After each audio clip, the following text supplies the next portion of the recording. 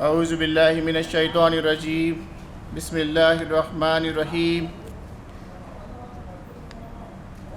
الحمد لله رب العالمين الصلاة والسلام على رسوله الكريم أما بعد قال الله تعالى في القرآن المجيد يا أيها الذين آمنوا كتب عليكم الصلاة كما كتب على الذين من قبلكم لعلكم تتقون صدق الله العظيم.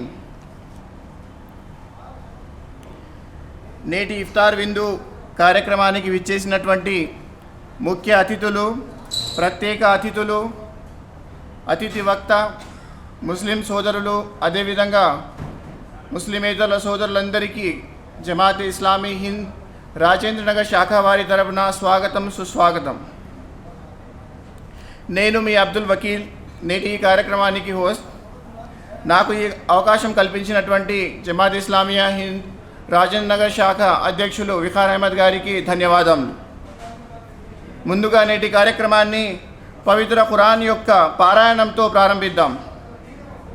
సోదరులు Adnan Baig, member of SIO గారిని పవిత్ర ఖురాన్ పారాయణంతో కార్యక్రమాన్ని ప్రారంభించవలసిందిగా కోరుతున్నాను.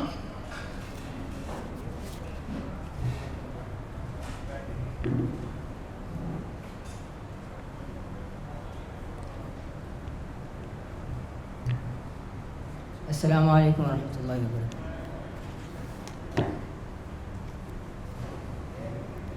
أعوذ بالله من الشيطان الرجيم. بسم الله الرحمن الرحيم. قل الحمد لله وسلام على عباده الذين اصطفى الله خير أما يشركون. أمن خلق السماوات والأرض وأنزل لكم من السماء ماء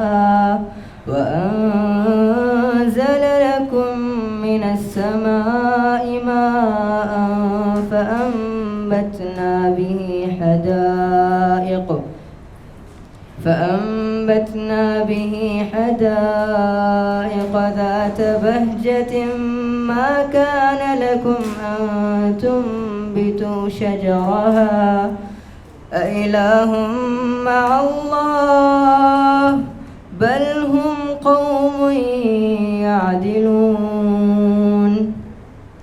أمن جعل الأرض قرارا وجعل خلالها أنهارا وجعل لها رواسي وجعل بين البحرين حاجزا أإله مع الله بل أكثرهم لا يعلمون. أمن يجيب المضطر إذا دعاه ويكشف السوء ويجعلكم خلفاء الأرض. أمن يجيب المضطر إذا دعاه ويكشف السوء ويجعلكم خلفاء الأرض أإله مع الله قليلا ما تذكرون. أمن يهديكم في ظلمات البر والبحر ومن يرسل الرياح بشرا بين يدي رحمته أإله مع الله تعالى الله عما يشركون.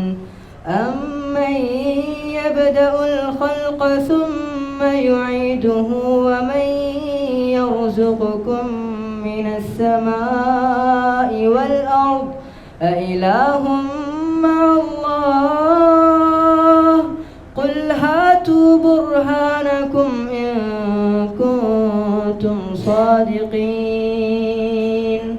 قل لا يعلم من في السماوات والأرض الأرض الغيب إلا الله وما يشعرون أيان يبعثون بل ادارك علمهم في الآخرة بل هم في شك منها بل هم منها عمون صدق الله العظيم. So now I request Mr. Viqar Ahmed sir, Jamaat Islami Hind President, Rajan Nagar గారిని welcome speech ఇవ్వాల్సిందిగా కోరుతున్నారు.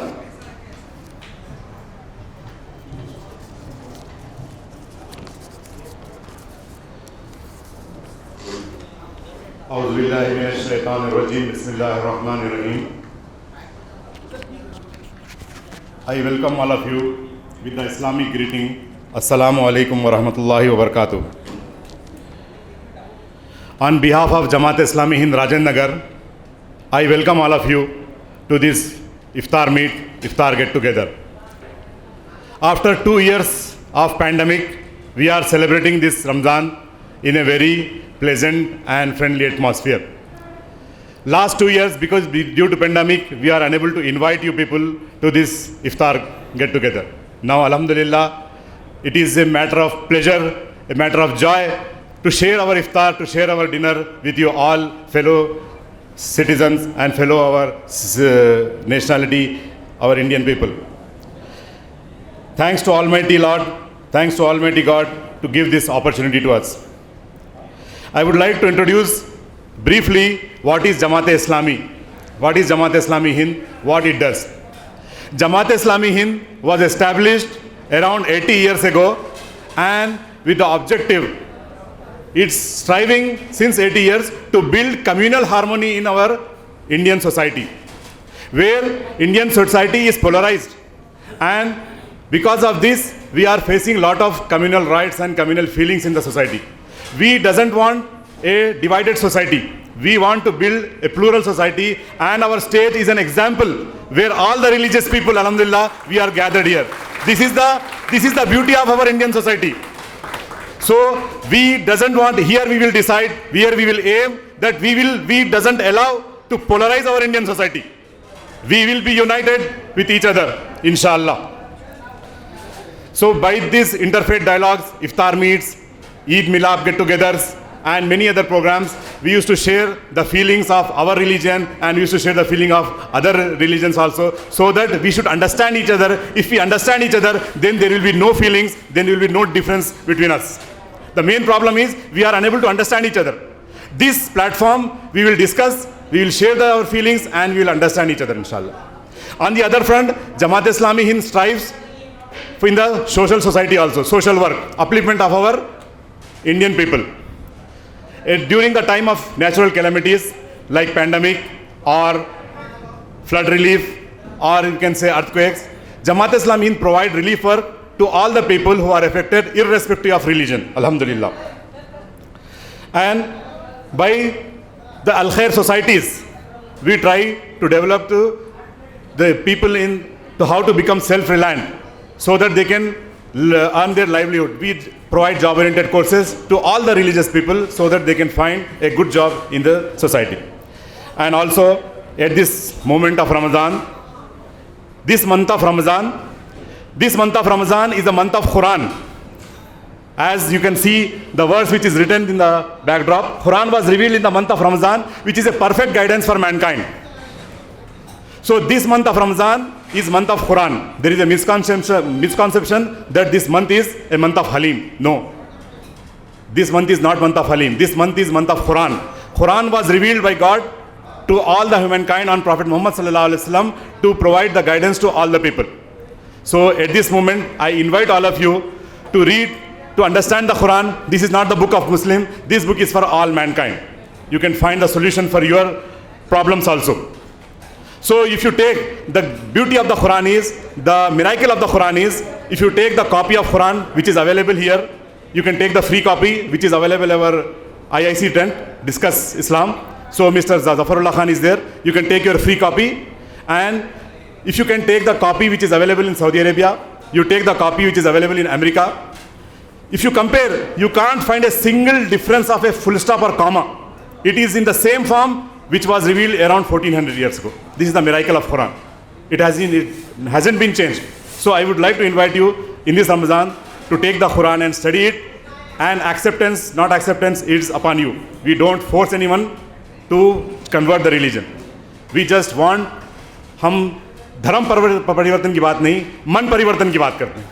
हम चाहते हैं कि हमारा मन जो है ना चेंज हो और हम एक दूसरे के साथ जो है ना अच्छा मिलकर है. So I would like to thank all of you and welcome all of you again, so that I would like you to stay here till the last moment so that we can enjoy the delicious dinner with you. Thank you. Waheguru ji का खालसा, वाहिगुरु जी की फतेह. Dash पर बैठे हुए मेरे बुजुर्गान और सामने सभी मेरे दोस्त, मेरे बुजुर्ग, सभी को आदाब, सत श्री अकाल, नमस्कार, गुड इवनिंग. ये जो रमज़ान का महीना, ये मेरे मुस्लिम भाइयों के लिए बड़ा ही मुबारक महीना है. पिछले 2 साल से कोरोना की वजह से ना किसी से मुलाकात हो सकी, ना ये मिलकर ईद मनाई गई. सभी ने अपने घर में जिस तरह हो सका ईद मनाई और इफ्तार पार्टी भी रखी गई. लेकिन बड़े डर कर 2 साल ऐसे ही बीत गए. लेकिन आज बड़ा अच्छा लग रहा है कि सारे एक साथ मिलकर बैठे हुए हैं एक स्टेज के सामने. मैं मेरे मुस्लिम भाइयों से बहुत ही शुक्रगुजार हूँ इनका, जो कि इन्होंने आज मुझको और मेरे हिंदू भाइयों को और हमारे क्रिश्चियन भाई, मुस्लिम भाई सारे ही मिलकर, हिंदू, मुस्लिम, सिख, ईसाई, ये सब बाद में, ये सारे सबसे पहले हिंदुस्तानी हैं, उसके बाद में कौम में बटे हुए. तो मेरा मानना है कि मेरा नाम रणवीर सिंह, कि इसी तरह अपने दिल में प्यार बढ़ाते चलो. जब मन में प्यार होगा तो आंखों में प्यार अपने आप ही आ जाएगा. तो मेरे सभी भाइयों से मैं गुजारिश करूंगा कि अपना प्यार इसी तरह बांटते चलो और एक दूसरे के साथ इसी तरह मिलो. हर साल हम और आप इसी तरह मिलते रहे. खाली इसी प्रोग्राम में नहीं, हमारे प्रोग्राम में भी, हिंदू भाइयों के प्रोग्राम में भी सभी एक साथ इसी तरह मिलते रहे. तो देखने वाले जो सियासी लोग हैं, खैर मैं सियासत इस स्टेज पे बोलना मुझे अच्छा नहीं लग रहा, लेकिन जो लोग आपसी में लड़ाने वाले हैं उनको ये देखकर बड़ा अचंभा होगा कि सारे एक साथ बैठे हुए हैं. तो ये हमें तो बहुत अच्छा लगा और मैं सभी का फिर एक दिल की गहराइयों से सभी का, मेरे मुस्लिम भाइयों का बहुत बहुत धन्यवाद करता हूँ. शुक्रिया, धन्यवाद. वाहिगुरु जी का खालसा, वाहिगुरु जी की फतेह. परम प्रेम में परम दयाल श्री ठाकुर अनुकूल चंद्र जी के श्री चरणों में प्रणाम. परमाराध्या जगजननी श्री वर्मा के चरणों में प्रणाम.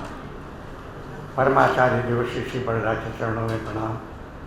और आज के आचार्य देव के श्री चरणों में प्रणाम करते हुए मैं आप सबको अपनी तरफ से बहुत बहुत नमन करता हूँ. मंच पर विराजमान जितने भी हजरात हैं, जिनके नाम से मैं वाकिफ़ नहीं हूँ, उन सबको मैं अपना प्रणाम कहूँगा, आदाब कहूँगा, सलाम अलैकुम.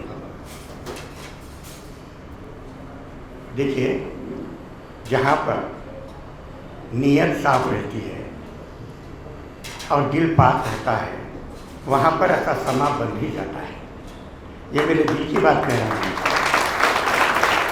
यहाँ का जो समा बना वो देखकर मैं तो एक तरह से मंत्रमुग्ध हो गया, क्योंकि जहाँ पर हर चीज़ में अच्छाई रहती है, वहाँ पर मंदिर खुद ब खुद पैदा हो जाता है.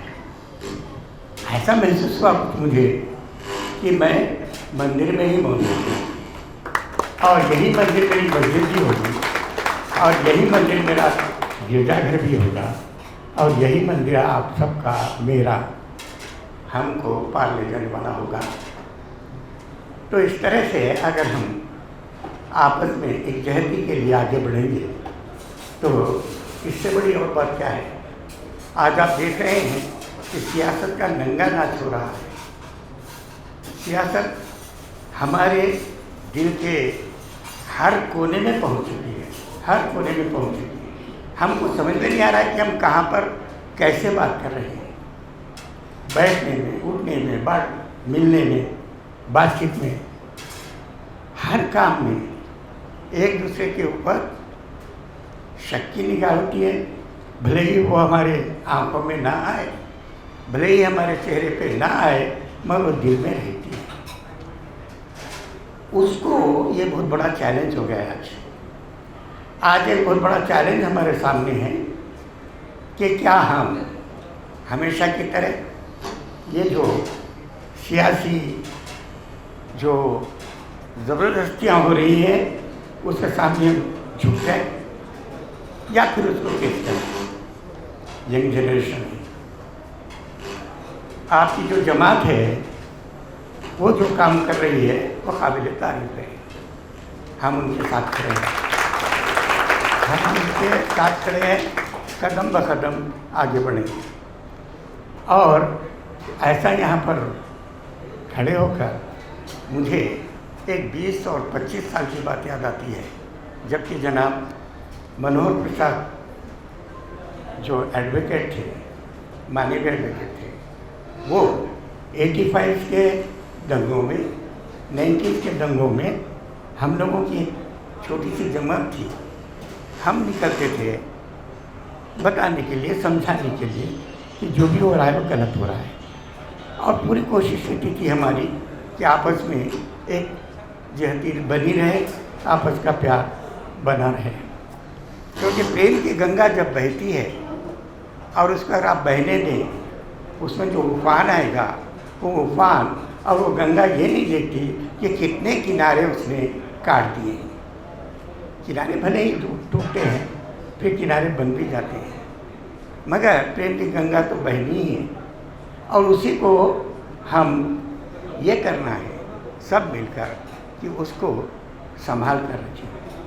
वही हमारी पहचान है। हमारी पहचान को हम डूबने देते, क्योंकि सियासत आज हमारे ओरिजिनलिटी को ख़त्म कर रही है। हम ओरिजिनल रह रहे हैं, हमारी ओरिजिनलिटी आहिस्ता आहिस्ता आहिस्ता ख़त्म हो रही है। संभालने की बहुत ज़रूरत है। वक्त बहुत कम है, चैलेंज बहुत बड़ा है, स्पेस अवेलेबल है। आज जो आपका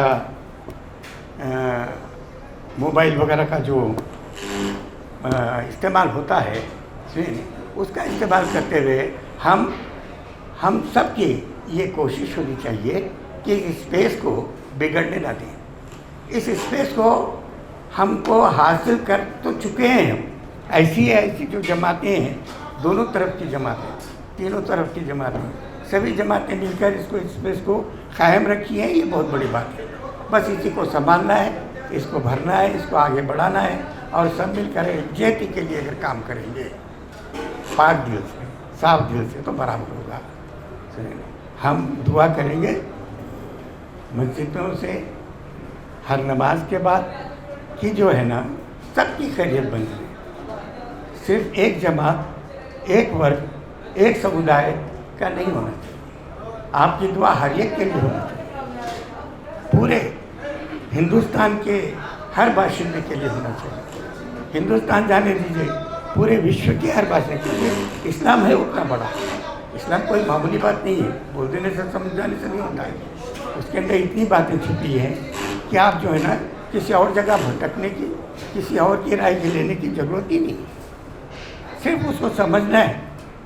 हमारे प्यारे रसूल ने बता दिया है क्या करना है, हमको करना क्या है। हमको कोई नई चीज़ करनी नहीं है, जो उन्होंने बताया है उस पर पाबंदी से चलना है। वो पाबंदी से अगर हम चलेंगे तो बिल्कुल जो है ना कामयाब रहेंगे। और इस कामयाब के लिए मैं दुआ करता हूँ आप सबकी खैरियत के लिए। कोविड से बाहर आए हैं, मेरी बार बार ये तमन्ना रहेगी फिर कभी आपसे मुलाकात करें, फिर कभी हम और बैठ कर बात करते हैं। मेरा जो ताल्लुक़ है यहीं पर आपके पास में ये सत्संग मंदिर है। हर संडे के दिन वहाँ सत्संग होता है 11:30 बजे से 1 बजे तक। उस बाद सब मिलकर खाना खाते हैं। उसमें सभी लोग शामिल होते हैं, सभी लोग आते हैं। समय मेरे को नहीं दिया गया वरना मैं समझाता था कि कैसा कैसा होता है। आप लोग आइए कभी भी संडे के दिन, यू आर वेरी वेलकम। और जो है ना हम फूल नहीं पकड़ी से ज़रूर आपका इस्तेमाल करेंगे। शुक्रिया आपके पास आने का, आपसे बात करता हूँ। Thank you so much. अल्हम्दुलिल्लाह रब्बिल आलमीन वस्सलातु वस्सलामु अला रसूलिल करीम व अला आलिहि व सहबिहि अजमईन वलिल आखिरतिल मुत्तकीन। आज के इस इफ्तार पार्टी प्रोग्राम में उपस्थित आमंत्रित सभी भाइयों को अस्सलामु अलैकुम रहमतुल्लाहि व बरकातुहू। आप सभी पर परमेश्वर अल्लाह की शांति और शुभ आप सब पर हो। आपको लंबी उम्र सेहत के साथ ईश्वर प्रभु अता करे, आमीन। अज़ीज़ दोस्तों, हम जिस समाज में रहते हैं ये प्लूरल सोसाइटी है। इस समाज में विभिन्न प्रकार के विश्वास, सिद्धांत, आचार व्यवहार रखने वाले भाई रहते हैं। तो ऐसे समाज में एक दूसरे के साथ मिलजुल कर, एक दूसरे की खुशियों में शामिल होकर हम जो है एक दूसरे के भावनाओं को, एक दूसरे के सिद्धांतों को, एक दूसरे की खुशियों को शामिल होंगे तो जो लोग इस समाज को मज़हब की बुनियाद पर, भाषा की बुनियाद पर, रंग नस्ल की बुनियाद पर, मुख्तलिफ़ बुनियादों पर बांटना चाहते हैं उनको मौका नहीं मिलेगा। इसलिए हम इस तरह के प्रोग्राम से मिलजुल कर बैठें, एक दूसरे के जो है खुशी में हम शामिल हों तो आपस में प्रेम बढ़ेगा, आपस में एक दूसरे की भाईचारी बढ़ेगा। तो दोस्तों, इस मौके पर इस रमज़ान का मतलब क्या है, क्यों मुस्लिम भाई इस रमज़ान में उपवास रहते हैं, इसका कारण, इसका पीछे असल मतलब क्या है, कुछ बातें आपके सामने रखने की कोशिश करूँगा। जिस तरह से इंग्लिश के जो मुख्तलिफ़ मंथ्स हैं, जनवरी, फरवरी, मार्च, अप्रैल, इसी तरह से तेलुगु कैलेंडर के मुताबिक हिंदू भाई जो है चैत्रम है, वैशाखम है, आषाढ़म है, ज्येष्ठम है। इसी तरह से रमज़ान जो है एक महीने का नाम है। अरबिक कैलेंडर जो है ये लूनार कैलेंडर के मुताबिक 9th month of lunar calendar. तो ये रमज़ान एक महीने का नाम है। तो इसी महीने में क्यों उपवास करते हैं, उसका मतलब क्या है, इससे क्या प्राप्त होता है। उसकी वजह यह है कि इस महीने के ताल्लुक़ से कुरान में बताया गया, बिस्मिल्लाहिर्रहमानिर्रहीम, शहर रमज़ान अल्लज़ी उन्ज़िल फ़ीहिल क़ुरआन हुदल लिन्नासि व बय्यिनातिम मिनल हुदा वल फ़ुरक़ान। रमज़ान वो महीना है, वो मास है। స్పీచ్ ఇన్ తెలుగులో మాట్లాడవాలని కోరడం జరిగింది. కన్వీనర్ గారు ఇక్కడ చాలామందికి హిందూ అర్థం కాదండి, కాబట్టి దయచేసి తెలుగులో మాట్లాడమంటున్నారు. కాబట్టి తెలుగులో మాట్లాడడానికి ప్రయత్నం చేస్తాను సార్. ఈ రమదాన్ అన్నది ఒక నెల పేరండి. ఈ నెలలో సర్వసృష్టికర్త అనే దైవం ఖురాన్ అనేటువంటి గ్రంథాన్ని అవతరింపజేశాడు. అయితే ఖురాన్ గ్రంథాన్ని ఎందుకు అవతరింపజేశాడు, దానికి కారణం ఏమిటి అని కనుక ఆలోచించినట్లయితే, మనిషి ప్రపంచంలో వచ్చిన తర్వాత సర్వసృష్టికర్త అనే దైవం పూర్తి సృష్టిని సృష్టించి మానవ అవసరాలకు ఏవి అవసరమో వాటన్నిటినీ సృజించాడు. భూమిని, ఆకాశాన్ని, చంద్రుని, నక్షత్రాలని, పైనుండి వర్షాలు కురిసేటువంటి వర్షాన్ని, ఇవన్నీ చేసిన తర్వాత మనిషికి ఎలాంటి జీవితం గడితే మనిషి ప్రపంచంలో సుఖంగా శాంతిగా ఉంటాడో కూడా తెలియపరిచాడు. ఎందుకంటే మనిషి ప్రపంచంలో పంచేంద్రియాల ద్వారా జ్ఞానాన్ని ఆర్జిస్తాడు. ఏదైనా వస్తువు యొక్క జ్ఞానం అతను కళ్ళ ద్వారా, నోటి ద్వారా, ముక్కు ద్వారా, చెవుల ద్వారా ఒక వస్తువు యొక్క జ్ఞానం, అది ఏంటి, ఎందుకోసం తయారు చేయబడింది, దానివల్ల ప్రయోజనం ఏమిటి అనేటువంటి విషయాన్ని. కొన్ని విషయాలలో అతని పంచేంద్రియాలు అతనికి సహకరించవు. తన బుద్ధి జ్ఞానాన్ని వివేకాన్ని ప్రయోగిస్తాడు. దాని ద్వారా అతను జ్ఞానాన్ని అర్జిస్తాడు. అయితే మరికొన్ని సందర్భాలలో అతని యొక్క పంచేంద్రియాలు కానీ అతని యొక్క బుద్ధి వివేకం కూడా అతనికి పనికి చేయలేవు, అతనికి మార్గాన్ని చూపించలేవు. ఉదాహరణకు, నేను ఈ ప్రపంచంలో ఎందుకు వచ్చాను, నా జీవిత లక్ష్యం ఏమిటి, నేను మరణించిన తర్వాత ఏమవుతుంది నా జీవితం, ఎక్కడికి వెళ్ళాలి, ఇవన్నీ కూడా మనిషి తన పంచేంద్రియాల ద్వారా కానీ తన బుద్ధి వివేకాల ద్వారా కానీ దాన్ని తెలుసుకోవడం సాధ్యం కాదు. ఉదాహరణకు, ఒకే తల్లిదండ్రులకు పుట్టినటువంటి నలుగురు పిల్లలు ఉన్నారు.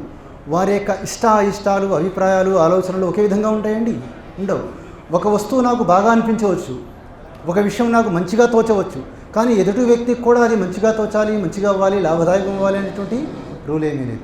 అలాంటప్పుడు ఇంత బ్రహ్మాండమైనటువంటి కొన్ని వేల కోట్ల మంది ప్రజలు ఉన్నప్పుడు మనిషి ఈ ప్రపంచంలో ఎందుకు వచ్చాడు, తన జీవితాన్ని ఏ విధంగా గడపాలి, తన తల్లిదండ్రులతో, పొరుగువారితో, సృష్టిరాశులతో, సృష్టికర్తతో తన సంబంధం ఇత్యాది విషయాలన్నీ కూడా తెలియపరచడానికి ఆ సర్వేశ్వరుడు అనేటువంటి దైవం ఏం చేసినాడంటే, ఆయన స్వయంగా మనిషికి ఏ విధంగానైతే భౌతిక అవసరాల కోసం సమస్తము సృష్టించాడో ఆ సర్వేశ్వరుడు అనేటువంటి దైవమే మనిషికి మార్గదర్శకత్వాన్ని కూడా చూపిస్తూ వచ్చాడు. ఆ మార్గదర్శకత్వం మనిషికి అందినటువంటి నెలయే ఈ రమదాను నెల. అంటే ఖురాన్ అనేటువంటి గ్రంథం మానవులకు మార్గదర్శకత్వం కోసం సర్వేశ్వరుడు నుండి దైవం ప్రవక్త మహానీయ ముహమ్మద్ వారిపై అవతరింపజేశాడు. సార్ 1400 సంవత్సరాల క్రితమే ఆయన పుట్టారు, మరి అంతకంటే ముందు కూడా మానవాళి ఉంది కదా, మరి వారికి మార్గదర్శకత్వం అవసరం లేదా, దేవుడు మార్గదర్శకం చూపించలేదా? తప్పకుండా చూపించాడు. ఎప్పటి నుండి అయితే ఈ ప్రపంచంలో మనిషి మనుగడ సాగించడం ప్రారంభించాడో అప్పటి నుండి కూడా దైవం తరపు నుండి మనిషికి మార్గదర్శకత్వం వస్తూ వచ్చింది. దాని ప్రకారంగా ఎప్పుడెప్పుడైతే మనిషి తన జీవితాన్ని సాగించాడో, మనుగడ సాగించాడో చాలా సుఖంగా, శాంతిగా ఉన్నాడు. దానికి డివియేట్ అయ్యి, దాన్ని విడిచిపెట్టి తన మనోవాంఛల ప్రకారంగా ఎప్పుడెప్పుడైతే మనిషి జీవితం గడపడం ప్రారంభించాడో సమస్యల సుడిగుండంలో అతను పడిపోయాడు. ఉదాహరణకు, కొన్ని వేల సంవత్సరాలు క్రితం నుండే ఉద్భవించినటువంటి ఉన్నటువంటి మన సనాతన హిందూ ధర్మశాస్త్రాలను చూసినట్లయితే అక్కడ కూడా చాలా స్పష్టంగా ఈ విషయం తెలియజేయబడింది. ఏమని చెప్పబడిందంటే, తస్మాత్ శాస్త్రం ప్రమాణం తే కార్య వ్యవస్థితం జ్ఞాత్వా శాస్త్ర విధానోక్తం కర్మ కర్తుమిహర్హసి. ఓ మనిషి, నీవు చేయదగినదియు చేయరానిదియు నిర్ణయించినప్పుడు శాస్త్రము నీకు ప్రమాణముగా ఉండవలెను. శాస్త్రమునందు చెప్పబడిన ప్రకారంగా నీవు ప్రపంచంలో కర్మం చేయవలెను. అంటే మనిషి తన మనోవాంఛల ప్రకారంగా నాకు తోచింది, నేను అనుకున్నది, నేను బాగా అనుకున్నది అని తెలిసి మనిషి ఏం చేస్తాడంటే తన జీవితాన్ని, తన ఆచరణ చేయడానికి ప్రారంభిస్తాడు. తనకు మంచిగా అనిపించవచ్చు, కానీ ఎదుటివారికి అది నష్టదాయకం కావచ్చు. ఈరోజు సమస్యలు అదే కదండి. నా ధర్మము, నా మతము, నా కులము, నా ప్రాంతము, నా భాష, ఫలానా, ఇవన్నీ కూడా నేను మంచిగా, ఒకవేళ అతను మంచి మనసుతో చేసి ఉండవచ్చు, కానీ మనిషి భూత వర్తమాన భవిష్యత్తుల యొక్క సంపూర్ణ జ్ఞాని కాదు. ఏ ఫీల్డ్ తీసుకున్నా సరే మనిషి సంపూర్ణ జ్ఞానాన్ని కలిగి లేడు. కానీ సర్వాన్ని సృజించినటువంటి సర్వేశ్వరుడు అనేటువంటి దైవం మనిషి చుట్టూ ఉన్నటువంటి ప్రపంచానికి సంబంధించినటువంటి సమస్త జ్ఞానం ఆయనకు ఉంది కాబట్టి ఆయన తెలియపరచాలి. అరే, ఈ విషయాలు ఎన్నిసార్లు ధర్మము, దయ్యము, దేవుడు ఇవన్నీ కూడా ఎందుకు, మానవత్వం ఉంటే చాలు అనేవాళ్ళు మానవతావాదులు కూడా ఉన్నారు.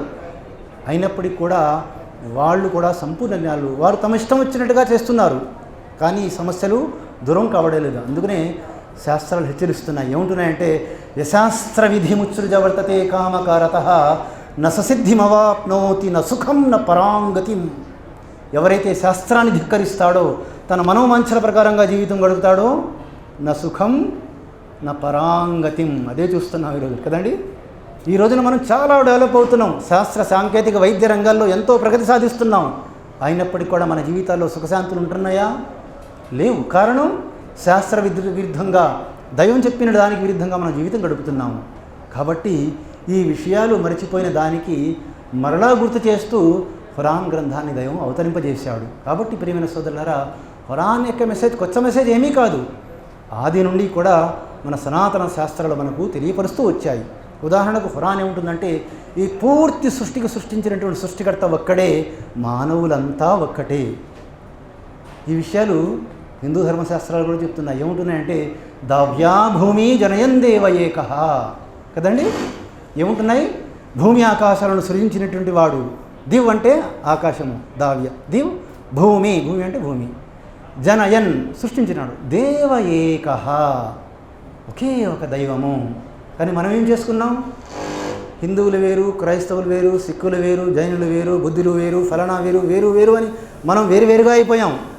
మనం అయిపోవడమే కాకుండా ఆయన కూడా విభజనకు గురి చేసేసాం కదండి. ముస్లింల దేవుడు వేరు, హిందువుల దేవుడు వేరు, క్రైస్తవుల దేవుడు, ఫలానా దేవుడు వేరు. మనము విభజనకు గురి చేసేసాము, ఆయన కూడా విభజన చేశాము. విభజించడమే కాకుండా పరస్పరం కలహించుకుంటున్నాము. దీనినే ఆసరా చేసుకొని ఈ దుర్మార్గపు రాజకీయ నాయకులు దాన్ని ఉపయోగించుకుంటున్నారు, కలహాలు రేపుతున్నారు. ఎందుకంటే తమ స్వార్థ ప్రయోజనం కోసం. అతను ఎవరైనా సరే, అతను షేర్వాణి వేసుకున్న వ్యక్తి అయినా సరే, కాషాయం వేసుకున్న వ్యక్తి అయినా సరే, ఎవడైనా సరే తమ స్వార్థ రాజకీయ ప్రయోజనాల కోసం, తమ సీట్ల కోసం మనందరినీ కూడా విభజన గురి చేయడానికి ప్రయత్నం చేస్తున్నారు. కానీ దైవం మనకు బుద్ధి వివేకాన్ని ఇచ్చాడు కదండి. కాబట్టి వారి ప్రభావాలకు మనం గురి కాకూడదు. ఎందుకంటే మన శాస్త్రాలు మనం చెప్పేది మనందరి సృష్టికర్త ఒక్కడే, మనమంతా ఒక్కటే. ఈ సందేశాన్ని ఈ రంజాన్ నెలలో ప్రవక్త మహానీయ ముహమ్మద్ వారి ద్వారా ప్రజలకు ఇవ్వడం జరిగింది. ఇందాక ఖురాన్ పారాయణంలో చదివినప్పుడు అల్లా ఇది అంతా సృష్టించాడు, అల్లా వర్షాన్ని కురిపిస్తున్నాడు అంటే చాలామంది సోదరులు ఏమనుకుంటారంటే ఇదేంటండి అల్లా చేసినప్పుడు మన దేవుడు ఏం చేయలేదా అని. కానీ వాస్తవానికి ఇక్కడ అల్లా అంటే సృష్టికర్త అయిన దైవం అని, ముస్లింల దైవం అని భావం కాదండి. అల్లా అంటే సర్వేశ్వరుడైన దైవము. ఆయన్నే సంస్కృత భాషలో పరమేశ్వరుడు అంటారు, ఇంగ్లీష్లో గాడ్ అంటారు, అదేవిధంగా హెబ్రూ భాషలో యహ్వా అంటారు. కాబట్టి ఆ దైవము మనందరి కోసం సమస్తంగా. ఎవరైనా వ్యక్తి అని అనుకోండి, ఈ సూర్యుడు ఉన్నాడు చూసాడా, ఇది ముస్లింది అంటే మనం ఏమనుకుంటారు, మూర్ఖుడు అంటాము కదండి. ఈ చంద్రుడు హిందువులు, లేదా ఫలానా వాయువు మనకు, ఈ నీరు మనది అంటే అది మూర్ఖత్వం అవుతుంది కదండి. కాబట్టి ప్రియమైన సోదరులారా, మనమంతా కూడా ఇక్కడ చక్కగా ఏ విధంగానైతే సమావేశమయ్యామో అదేవిధంగా మన నిజ జీవితంలో కూడా అదేవిధంగా కలిసికట్టుగా ఉండాలి. ఆపదల్లో ఎవరున్నా సరే వారిని ఆదుకోవాలి.